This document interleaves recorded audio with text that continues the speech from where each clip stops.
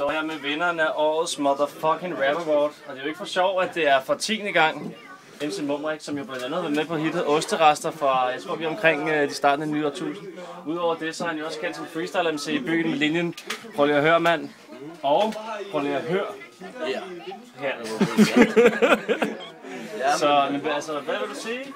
Jamen, jeg er meget bæret, og også overrasket for, at det har været et hårdt opløb.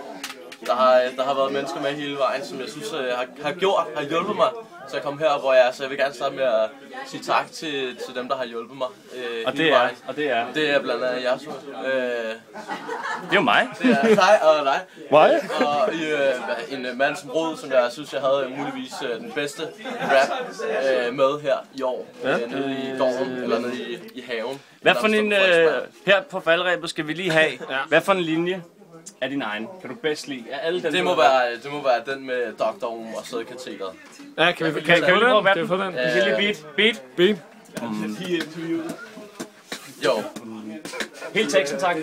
Jo, vores lejr, den er 42 kvadratmeter. Du vågner op og tænker, hvad fanden skete der? Men nej, det var Dr. O med et sædkatheter. Og jeg ved ikke, hvad jeg mere skal sige. Det er Så ja. Sådan er den. Du har vundet en kontrakt. Årets Upcoming MC. Tak.